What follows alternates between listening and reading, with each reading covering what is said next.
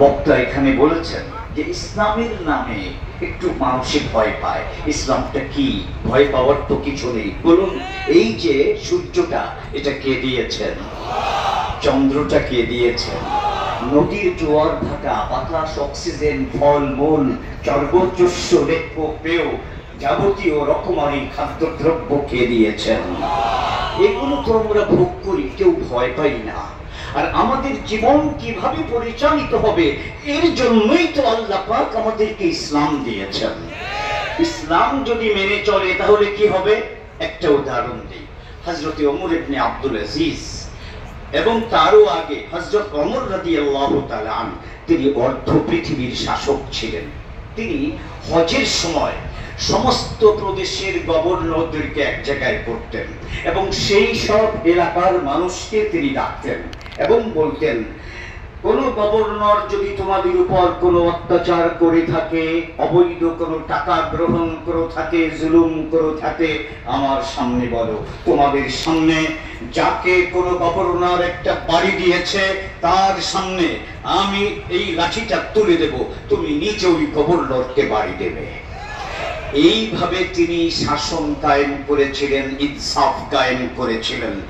ইসলাম মানুষের জান, মাল এবং ইজ্জতের নিরাপত্তা দেয়। এর ঘোষণা আমাদের প্রিয় নবী দিয়েছেন বিদায় হজের ভাষণে। তিনি স্পষ্ট বলেছেন, ইন্না দিমাআকুম ওয়া আমওয়ালাকুম ওয়া আ'রাযাকুম হারামুন আলাইকুম কাহুরমাতি ইয়াউমিকুম হাযা ফি বালাদিকুম হাযা ফি শাহরিকুম হাযা।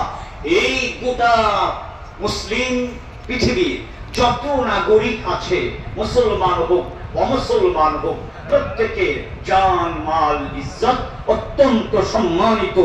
কেউ কারো ইজ্জত সম্মানের উপর কোনো আঘাত আনতে পারবে না।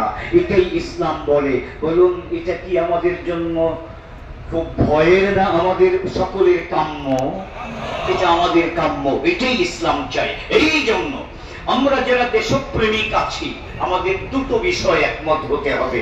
এক নম্বর, এই বাংলাদেশ সুন্দরভাবে পরিচালনার ক্ষেত্রে বাধা হয়ে দাঁড়ায় আধিপত্যবাদী ভারত। 5ই আগস্টের এই অভ্যুত্থান, এই বাংলাদেশের মানুষ রায় দিয়েছে ভারতীয় আধিপত্যবাদ এবং তাদের কোন দোসরকে আর বাংলাদেশ কোনদিন বরদাস্ত করবে না। নাম্বার 2, 47-এ এই অঞ্চল স্বাধীন হয়েছে ইসলামের ভিত্তিতে। যারা ইসলামকে নিয়ে জুজুর ভয় দেখাবে তাদেরকে আর এই দেশের রাজনীতি করতে দেওয়া হবে না। এই দুটোই এই দেশের স্বাধীনতার রক্ষা কবচ। এক, আধিপত্যবাদ বিরোধী, আর 2 নম্বর ইসলামের পক্ষে।